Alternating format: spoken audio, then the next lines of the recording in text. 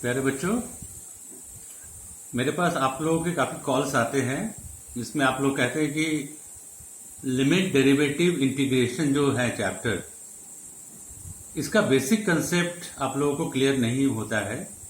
हम लोग लिमिट क्यों पढ़ते हैं, हम लोग डेरिवेटिव क्यों पढ़ते हैं, हम लोग इंटीग्रेशन क्यों सॉल्व करते हैं, व्हाट इज द यूटिलिटी, उसका बेसिक कंसेप्ट आप लोगों को अभी तक के क्लियर नहीं है।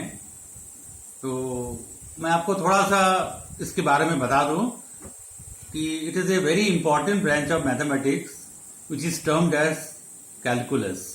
कैलकुलस के अंतर्गत limit, derivative, integration, differential equation, definite integral, ये सब आते हैं। अगर हमको कोई कंटिन्यूअस चेंजेस को ऑब्जर्व करना है, अगर कंटिन्यूअस चेंजेस को ऑब्जर्व करना है तो हमें डेरिवेटिव जानना है। जैसे कि rate of change of momentum, हम उसको बोलेंगे डीपी बाई डी। डीपी मतलब रेट ऑफ चेंज, पी मतलब मोमेंटम, डीपी बाई डी मतलब rate of change of momentum.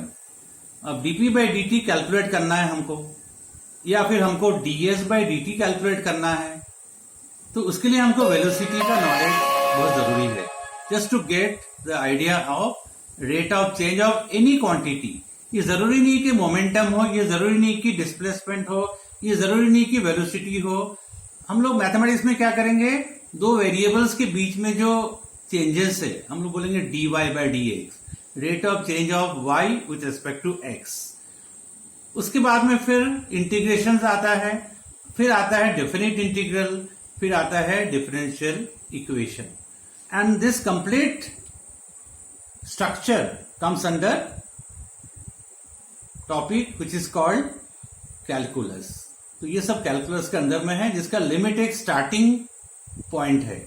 हम लिमिट जानेंगे तो ही डेरिवेटिव जान पाएंगे, तभी हम लोग रेट ऑफ चेंज जान पाएंगे। एक मैं एग्जांपल देता हूं आपको। जैसे ये पेन है मेरे हाथ में, इसको मैं दो टुकड़े करता हूं, दो टुकड़े हो जाएंगे, फिर उसको फिर से और टुकड़े करता हूं, और टुकड़े करता हूं, और ऐसा करते करते करते एक वक्त ऐसा आएगा जो मैं उसका टुकड़ा नहीं कर पाऊंगा, लेकिन उसका टुकड़ा तो होगा ना। क्या वो जीरो हो जाएगा? आप सोचो इसके बारे में। वो जीरो नहीं होगा, लेकिन हम बोलेंगे वो जीरो की तरफ वो बढ़ रहा है। पहले हाफ हो गया, फिर 1/4 हो गया, फिर 1/8 हो गया, फिर 1/16 हो गया। ऐसा करते करते करते करते हम आगे बढ़ेंगे, लेकिन वो कभी भी जीरो पे नहीं पहुंच पाएगा। हम इसको एक टर्म देते हैं, उसको बोलते हैं अप्रोचिंग, अप्रोचिंग टू जीरो। क्या हम कभी जिंदगी में जीरो तक पहुंच पाएंगे? हम लोग नहीं पहुंच पाएंगे। तो इसी कंसेप्ट को मैं आगे बढ़ाता हूं, and I will tell you the definition of limit through one example. और मेरे ख्याल से ये एग्जाम्पल अगर आप समझ लोगे तो आपको लिमिट का जो आइडिया है वो आपको समझ में आ जाएगा। वैसे ये लिमिट, डेरिवेटिव, इंटीग्रेशन, कैलकुलस का जो पार्ट है, इसको बूस्टअप किया गया था by a well known mathematician Leibniz and followed by Isaac Newton. दोनों ने इंडिपेंडेंटली स्टडी किया है और पूरे कैलकुलस का डेवलपमेंट इन लोगों ने दिया। तो एक बहुत बड़ी क्रांति हो गई मैथमेटिक्स में, ठीक है। तो हम लोग अभी बात करते हैं लिमिट के बारे में। एक छोटा सा एग्जांपल मैं आपके सामने में देता हूं। लिमिट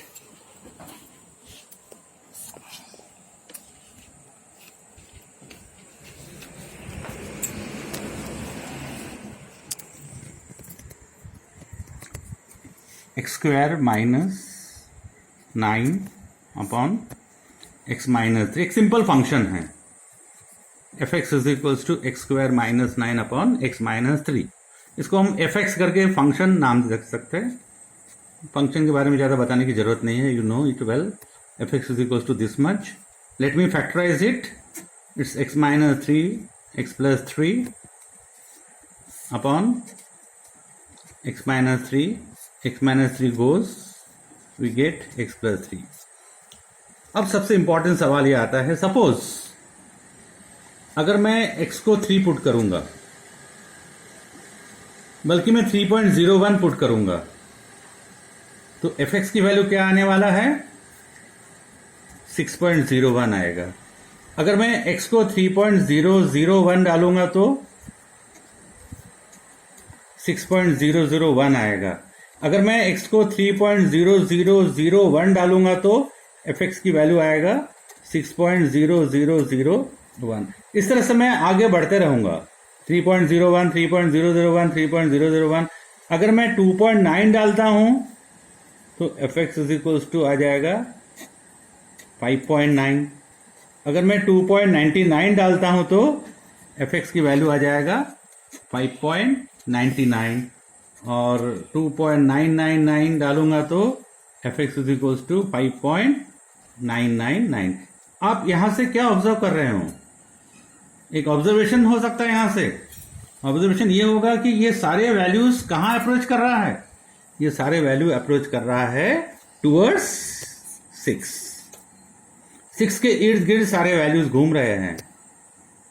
हमने क्या डाले x को 3.01, 3.001, मतलब 3 के इर्द गिर्द हमने वैल्यू डाले हैं x की वैल्यू। और fx क्या मिला हमको? fx मिला 6.01, 6.001। ऐसा करते करते ये 6 के इर्द गिर्द घूम रहा है। अब सवाल आता है कि ये वैल्यू कभी भी 6 हो सकता है क्या? एग्जैक्टली 6? ये कभी भी एग्जैक्टली 6 हो नहीं सकता है, बिकॉज अगर मैं 3 पुट करूं तब तो fx 6 हो जाएगा, लेकिन मैं 3 पुट कर नहीं सकता हूं क्योंकि ये डोमेन से बाहर है। क्यों डोमेन से बाहर है? यहां पे x is not equals to 3। अगर 3 अगर डालते हैं तो ये 0/0 फॉर्म में आ जाता है, तो हम 3 को डाल नहीं सकते हैं। तो अगर हम 3 को डाल नहीं सकते हैं तो fx की वैल्यू कभी भी 6 आ नहीं सकता है। तो ये जो डिस्कशन जो हमने किया है, इससे क्या साबित हो रहा है कि हम x का जो वैल्यू है वो 3 के नेबरहुड में हम डाल रहे हैं। मैं एक वर्ड यूज कर रहा हूं, नेबरहुड। अब x को मैं 3 के नेबरहुड में डाल रहा हूं तो fx कहां अप्रोच कर रहा है? fx अप्रोच कर रहा है 6 पे अप्रोच कर रहा है। कभी वो 6 को टच कर पा रहा है? वो 6 को नहीं टच कर पा रहा है, बल्कि वो 6 के इर्द गिर्द घूम रहा है। इसको हम मैथमेटिकल लैंग्वेज में बोलेंगे limit of x tends to 3 fx is equals to 6। ये हो गया सिंपल लिमिट का मतलब हुआ है। Limit x tends to 3 fx is equals to 6। इसके लिए एक्चुअली हमको चार्ट बनाना चाहिए, x और fx का एक चार्ट बनाना चाहिए। और जब 3.01 है तो 6.01, 3.001 है तो 6.001, ऐसा करके चार्ट बनाओगे तो यहां से कंक्लूजन हम बना सकते हैं कि the value is approaching towards 6। तो अगर हमें कैलकुलेट करने के लिए कहा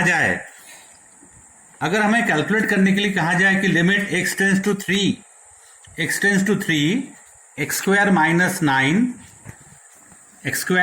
9 अपॉन x माइनस 3 कैलकुलेट करो तो इसका आंसर आएगा 6। लेकिन प्रोसीजर ये रहेगा, लेकिन हमारे पास में इतना वक्त नहीं होता है कि पूरा कैलकुलेट करते रहे हम। तो इसका जो नॉर्मल मेथड है, हम लोग क्या करते हैं, इसको फैक्टराइज करते हैं और सीधा हम 3 की वैल्यू डाल देते हैं।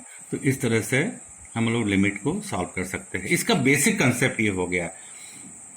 जैसे मैंने बताया कि एक चौक को हम लोग टुकड़ा कर रहे हैं, तो x tends to infinity 1/x, it will be 0। x की वैल्यू को बढ़ाते जाओ, हाफ कर दिया, 4 कर दिया, 1, उसके बाद 8 कर दिया, 16 कर दिया, तो ये वैल्यू बढ़ते 1/x हो जाएगा 0। तो ये x कैसा हो रहा है? x is tending to infinity, तो 1/x इज इक्वल्स टू 0। ठीक है, so this is the idea and concept about the limit.